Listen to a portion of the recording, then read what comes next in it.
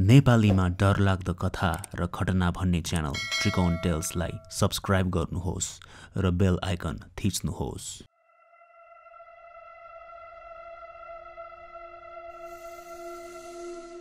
मान्छे जतिसुकै नास्तिक भए तापनि जब केही पर्छ तब ऊ आफूभन्दा ठूलो, आफूले देख्न नसक्ने सकारात्मक शक्तिहरू, भगवानहरूलाई भित्री मनबाट आफै पुज्ने र पुकार्ने गर्छ। आजको श्रृङ्खलामा पनि त्यस्तै एकजना श्रोताले एउटा घटना लेखी पठाउनु भएको छ, जहाँ आफ्नो भाकल पूरा गर्न भनी मन्दिरमा पूजा गर्न जानु भएको बेला घटेको एउटा सत्य घटना व्याख्या गर्नु भएको छ। सुनौ त्रिकोण टेल्सको 125 श्रृङ्खलामा 2 सत्य घटनाहरू। पहिलो श्रोता। मेरो नाम प्रसिद्ध खड्का। यो मसँग घटेको एउटा निकै डरलाग्दो घटनाले गर्दा म त्यो ठाउँ त्यसपछि कहिले पनि फर्किएर गएको छैन। यो घटना 2 वर्ष अगाडिको हो। म लगायत मेरा 5 जना साथीहरू बाइकमा सुकुटेतिर जान भनी हिँडेका थियौँ। हामी काठमाडौँबाट दिउँसोको 3 बजे हिँडेका थियौँ। हाम्रो सुकुटेसम्मको यात्रा लगभग 3 घण्टाको थियो। हामी यस्तै 6:30 मा पुगेका थियौँ। सबै सामानहरू राखेर हामी एकछिन थकाइ मार्यौँ। त्यसबेला हामीले यताको लोकल रक्सी खाने भनेका थियौँ र लिएर आउने भन्दै बिर्सेछौँ। त्यो रक्सी पाइने पसल भने बाटोमै पर्थ्यो। यस्तै बाइकमा जाँदा 10 मिनट जति मात्रै लाग्थ्यो होला। म र मेरो एउटा उत्सव भन्ने साथी हामी मेरो बाइकमा गई पेय पदार्थ लिएर आउने विचार गर्यौँ। अन्धकार भइसकेको थियो। त्यस बाटोमा भने फाट्टफुट्ट नाइट बसहरू मात्रै चल्ने गर्थ्यो। मोटरसाइकलमा जब म र मेरो साथी हामी त्यो पसलमा पुगेर रक्सी लिए फर्कियौँ, फर्किँदै बाटोमा एक्कासी पेट्रोल सकिएको झैँ मोटरसाइकल त बन्द पो भयो। तर अगाडि फ्युल मिटरमा भने पेट्रोल अझै आधा ट्याङ्की रहेको देखाइरहेको थियो। मलाई साह्रै अचम्म लाग्यो। त्यो मेरो मोटरसाइकल मैले चलाइरहेको थिएँ अनि त्यो एकदमै कन्डिसनमा रहेको हुँदा यताउति केही बिग्रिने सम्भावना नै थिएन। हामी एकैछिन ओर्लिएर मोटरसाइकल हेऱ्यौँ अनि केही ठम्म्याउन नसकी चुरोट पिइबस्यौँ।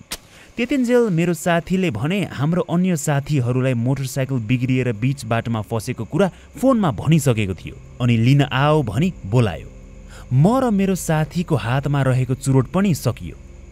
अनि त्यही बेला उता परबाट एउटा सानो बाबु हिँड्दै हामीपट्टि दाइ दाइ भन्दै आएको देख्यौँ।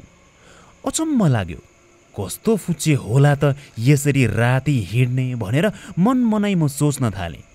त्यो बाबु चाहिँ हाम्रो छेउमा आउने बित्तिकै रुन पो थाल्यो। कतै हराएर हामीलाई देखेर आएको पो हो कि भनेर म र मेरो साथी त्यस फुच्चेलाई एकटकले हेरिबस्यौँ अनि एक अर्काको मुखमा हेर्न थाल्यौँ। अनि मेरो साथी उत्सवले सोध्यो, के भयो भाइ तँलाई? साथीको प्रश्न पश्चात त्यो भाइले अनौठो स्वरमा मेरो मामुलाई गाडीले हानिदियो, बचाउनु न दाइ भन्दै रुन पो थाल्यो। त्यो सुन्ने बित्तिकै मेरो त मुटु चिसो हुन थाल्यो। कता पो दुर्घटना भएछ हौ भनेर मन आत्तिन थाल्यो। अनि मैले के भयो भाइ, कता के भयो भनी प्रश्न गरेँ। त्यसपछि त्यो बच्चो एउटा छेउतिर फर्किएर ऊ मेरो मामु भनेर औँलाले एउटा दिशातिर इसारा गर्न थाल्यो। त्यो बच्चोले औँलाले देखाएको दिशातर्फ जब मैले हेरेँ, त्यो दृश्य अहिले सम्झिँदा पनि डर लागिरहेको छ। एउटी टाउको नभएकी आइमाई हामी भन्दा अलि पर टाउको नभए तापनि रुँदै गरेकी जस्तो आवाज भने सुनिरहेको। त्यस्तो मुर्कट्टा शरीर हामीतर्फ खुट्टा घिसार्दै आउँदै थियो। त्यो देख्न साथ मेरो आत्माले मेरो शरीर नै छोडिसकेको जस्तो भयो। म र मेरो साथी हेलमेट मात्र समातेर आफै बन्द भएको मेरो मोटरसाइकललाई त्यहीँ छाडेर कुले लाम ठोक्यौँ। हतार पछाडि नहेरी कुद्न थाल्यौँ। अलि पर पुगेपछि मैले चुरोट सल्काएँ र साथीहरूलाई फेरि बोलाएँ। हडबडाएको आवाज सुनेर होला साथीहरू तुरुन्तै आए अनि उनीहरूले मेरो मोटरसाइकल लिन गए अनि मलाई र मेरो मोटरसाइकल पछाडि रहेको साथीलाई रिजोर्टसम्म लिएर आए। त्यस रात रमाइलो गर्ने भनेर म गएको थिएँ, तर बिरामी पो परे। साथीहरू मलाई देखेर एकदम चिन्तामा परे। हामी सबैजना हडबडाउँदै कुराहरू गरेको सुनेपछि रिजोर्टको दाइले भन्नुभयो, ल भाइ, त्यो बाटोमा त तर्साउँछ नि। एउटा आमा छोराको नाइट बसले हानेर एक्सिडेन्ट भएको थियो। राति राति त्यहाँ त्यही भएर तर्साउने गर्छ त। त्यो सुनेर म लगायत मेरा साथीहरू हामी सबैजना डरायौँ। बिस्तारै जिउ गल्दै आएको जस्तो मलाई भइरहेको थियो। जिउहरू तात्तिन थाल्यो। मलाई त ज्वरो आइसकेको रहेछ। म र मसँगै गएको साथी त हामी सुत्नै सकेनौँ। भोलिपल्ट खाना खाएर हामी सबैजना काठमाडौँ फर्कियौँ। काठमाडौँ आएर मलाई जान्नेकोमा देखाउन लगियो र त्यहाँ थाहा पाइयो कि मलाई त 2टा आत्माले छोएको रहेछ। तर मेरो ग्रह चाहिँ अलिक कमजोर भएकोले मात्रै मलाई त्यस्तो भएको रहेछ। ती आत्माहरूको केही हानि नोक्सानी गर्ने उद्देश्य थिएन भनी ती बाजेले मलाई भने। मेरो साथी चाहिँ किन बिरामी परेन भनेर म सोचिरहेको थिएँ। सायद उसको चाहिँ ग्रह अलि मेरो भन्दा बलियो थियो क्यारे। अहिले पनि त्यस घटना, त्यस रातको बारेमा सम्झिँदा मलाई साह्रै डर लागेर आउँछ। त्यस बाटो, त्यस रात पछि त म आजसम्म हिँडेको छैन। पछि काम परेर हिँड्नु परेमा सकेसम्म म त्यो बाटो नकार्ने प्रयास गर्छु। दोस्रो श्रोता, मेरो नाम सबिन खत्री हो। म हाल कतारमा छु। कुरा आजभन्दा 10 वर्ष अगाडिको हो।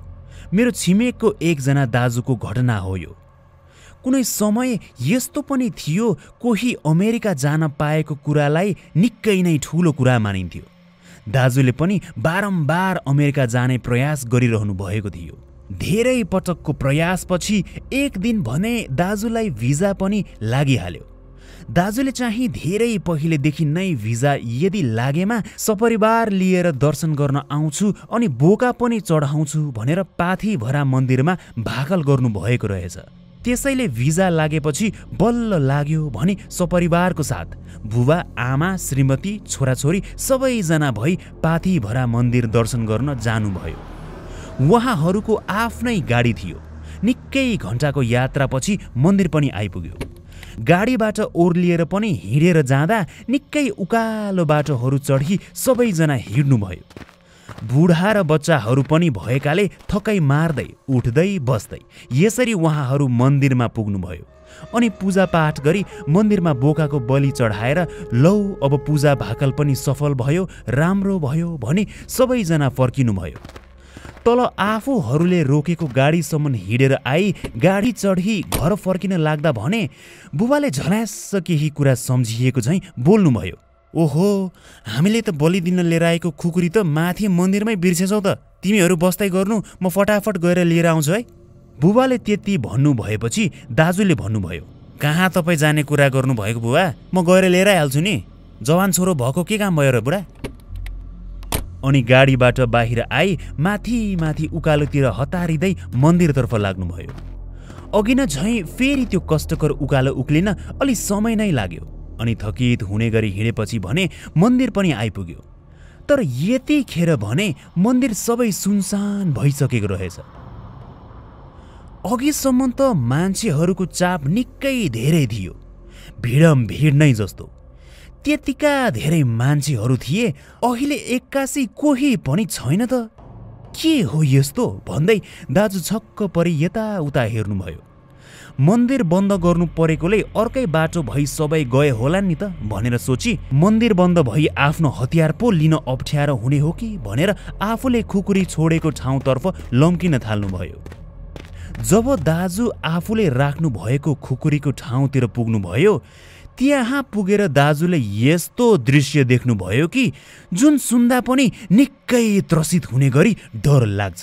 त्यहाँ एकदमै अग्लो, कालो, लामा लामा कपाल भएको, निकै ठुलो ठुलो डर लाग्दो नाक, नमिलेको उछिटिएका जस्ता लामा लामा दाँत र दाराहरू, निकै डर लाग्दा ठुला ठुला आँखा, हात खुट्टाको नङहरू पनि एकदमै लामो लामो, त्यस्तो मान्छेले दाजुहरूले बलि दिन प्रयोग गरिएको खुकुरी जुन लिन भनेरै दाजु तलबाट फेरि माथि आउनु भएको थियो, त्यही खुकुरीमा लागेको रगत एकदम स्वाद मान्दै चाटिरहेको देख्नुभयो। आफ्नै अगाडि त्यस्तो दृश्य देखेपछि दाजु आत्तिएर एकदमै डराउँदै होसै हराएको झैँ ढनफनिन थाल्नुभयो। आफ्नो पनि यस धरतीमा रहेको जीवन यति नै रहेछ भनेर मरिने कुरामा निश्चित भई काँप्न थाल्नुभयो। अनि कसो कसो होइन भाग्नुपर्छ भनेर ज्यान जोगाउनलाई त्यहाँबाट भाग्न खोज्नुभयो। डरले लरबरिएका खुट्टाहरू भागिहाल्न असमर्थ भए। अनि त्यही खुकुरीमा लागेको रगत चाटिरहेको अजङ्गको डर लाग्दो लामा लामा दारा र नङ्ग्रा भएको मान्छेले भन्यो, पक नडरा, म तँलाई केही पनि गर्दिन। तैँले जे चाहन्छस् त्यो म पुराइदिन्छु। तैँले चाहेको हरेक कुराहरू पुरा हुन्छन्। तर तैँले यो देखेको कुराहरू अरूलाई सुनाइस् भने तेरो मृत्यु त्यही दिन निश्चित हुनेछ। यति सुनेपछि दाजु हुन्छ भने टाउको हल्लाई निकै डराउँदै हतारिएर फर्किनुभयो। भाकल गरेको काम पुरा भएकोले खुसी भई भाकल पनि पुरा गरौँ भनी मन्दिर आउनु भएको दाजुको मुहारमा जुन अघिनको चमक थियो, अहिले भने त्यस चमक हराएर गइसकेको थियो। फर्किएर तल गाडीमा आउनुभयो। डरको कारण निलो भइरहेको अनुहार अघिनसम्मको चमक हराएर कालो निलो भएको देखेपछि घर परिवारहरूले पनि के भयो भनी सोध्नुभयो। तर केही होइन भनी दाजुले कुरा टारी त्यहाँबाट हिँड्नुभयो। खुकुरी लिन भने गएको छोरो खाली हात आएको देख्दा बुबा पनि अचम्म परिरहनु भएको थियो। अनि रङ उडेको अनुहार देखेपछि धेरै प्रश्न गर्न ठिक ठान्नु भएन। घर पुगेपछि भने दाजुले आफ्नो कोठाबाट नै बाहिर आउन बन्द गर्नुभयो। न त खाना नै राम्ररी खानुहुन्थ्यो। आफ्नो त्यस्तो हँसिलो बुढा झनै वर्षौंदेखिको अमेरिका जाने सपना पूरा हुन लागेको एक्कासी उदास भई मात्रै बसेको, डराई मात्रै रहेको जस्तो देखेपछि दाजुको बुढीले दाजुलाई निकै कर गरेर सोध्नुभयो, भन्नुहोस् न के भयो भन्दै। यसरी धेरै श्रीमतीले के भयो कसो भयो भनेर धेरै कर गरी गरी प्रश्न दिन रात गर्न थालेपछि दाजुले भाकल राखेको दिन पाथीभरा मन्दिरमा देखेको सबै घटना वृत्तान्तमा सुनाइदिनु भयो। दाजुले सबै कुरा त्यसरी सुनाउनु भएको केही समयमै दाजु त छटपटिएर तल छाती समाउँदै ढल्नुभयो। अनि वाल वाल्ती रगत छादी पीडामा छटपटाउन थाल्नुभयो। दाजुको बुढी आत्तिनुभयो। घरमा कोलाहाल नै भयो। तर लडिरहेका दाजुलाई बचाउने प्रयास अस्पताल पुर्याउँदा पनि सफल भएन। त्यस बेला दाजुले देख्नु भएको देवी देवता नै थिए होलान् कि कुनै राक्षस थिए होलान् ती। मृत्यु हुन्छ भने पश्चात जस्तो भनेको त्यस्तै नै भयो। सायद उहाँले त्यो कुरा मानेर मनमनै केही चिताएको भए त्यो अवश्य नै पुरा हुन्थ्यो होला। वरदान पनि मिलेको थियो नै। श्राप सिद्ध भएको थियो भने वरदान पनि सिद्ध हुन्थ्यो होला नै। त्यो दाजुले देख्नु भएको दृश्य, त्यस्तो कहाली लाग्दो दृश्य देखेपछि उहाँको जस्तो हालत भएको थियो, सायद सबैको त्यस्तै हुन्थ्यो होला नै।